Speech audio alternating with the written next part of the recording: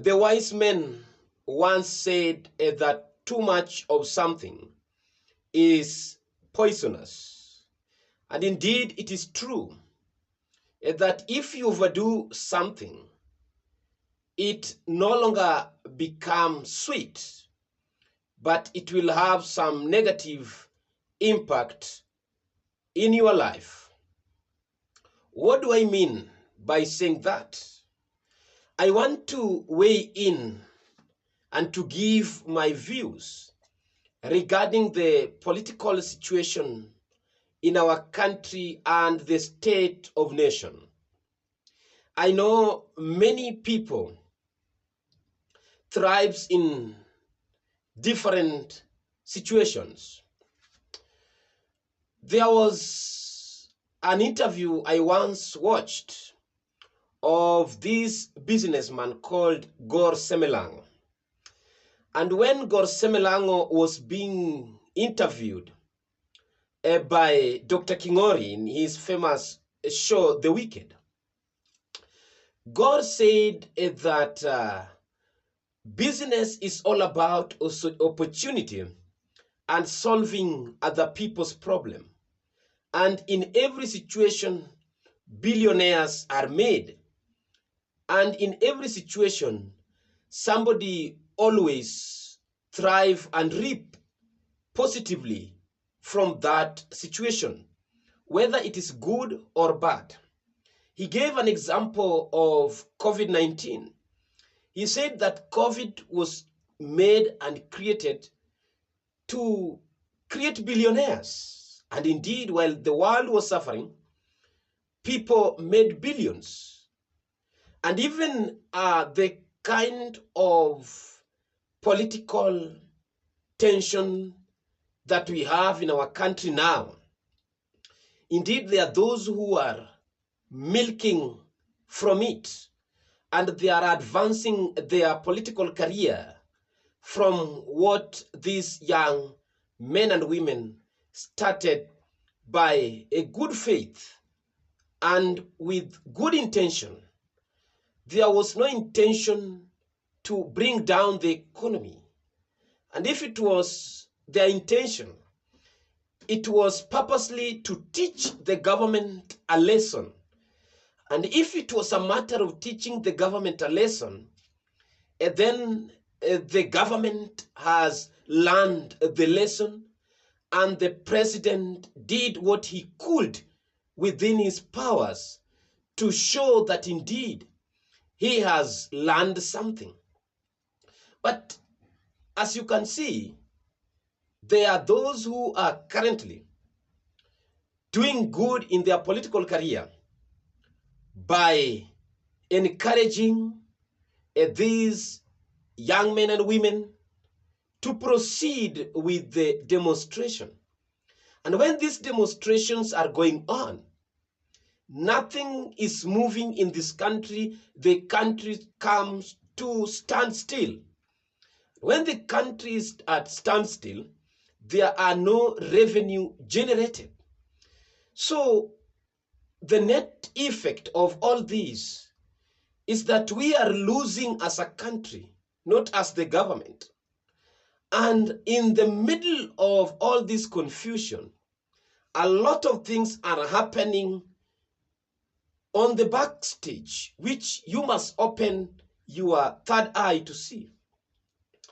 Currently, the government have opened war with the international non-governmental organizations in this country, and around 16 of them are under investigation by the Directorate of Criminal Investigation in this country.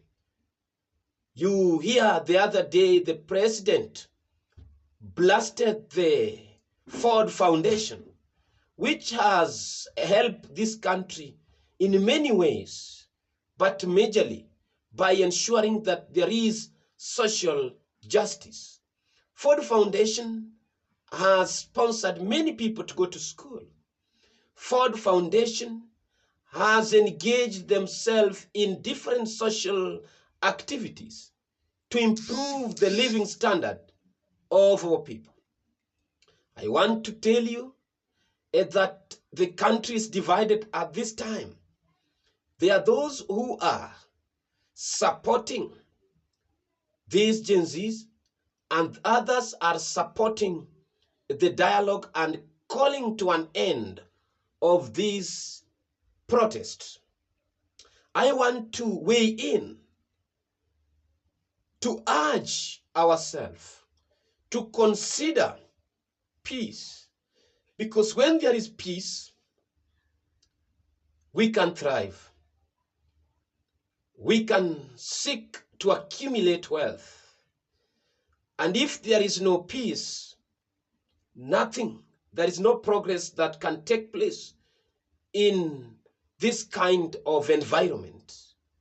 So when I listen to other people saying that others have betrayed the others are saying that carry on with the war, so that every Tuesdays and Thursdays, the country is paralyzed.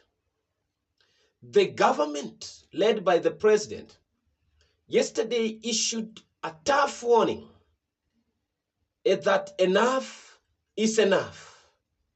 How do you interpret that from a person who is the commander-in-chief and the chairperson of the Security Council of the Republic of Kenya? He is the custodian of our security apparatus. He can issue any order, even the order of shoot to kill.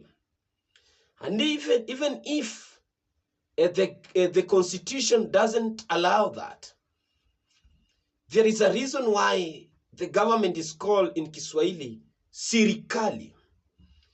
No amount of wailing and shouting and yelling on the street, in the media, in the international television can hinder the government to go away with whatever they want to go away with. Right now, we are crying for over 50 people who are killed. Most of them are young men and women. Some of them were killed in the most painful way that any man can ever die. How much university students do we want to lose as a country? You saw in Homa Bay how the family of that young man who was killed in Juja and dumped in a quarry felt. How much pain do you think that the parent of an 8-year boy who was shot dead felt?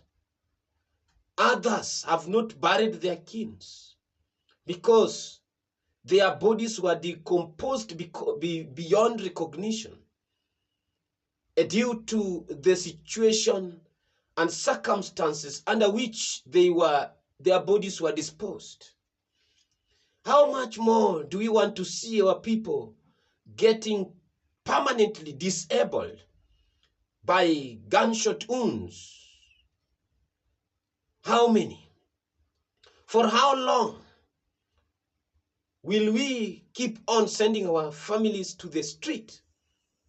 So if this thing cannot bear us fruits, let us not encourage the sons and daughters of our brothers and sisters to go to the street to die for us, and then the political class to seize that opportunity to enrich themselves.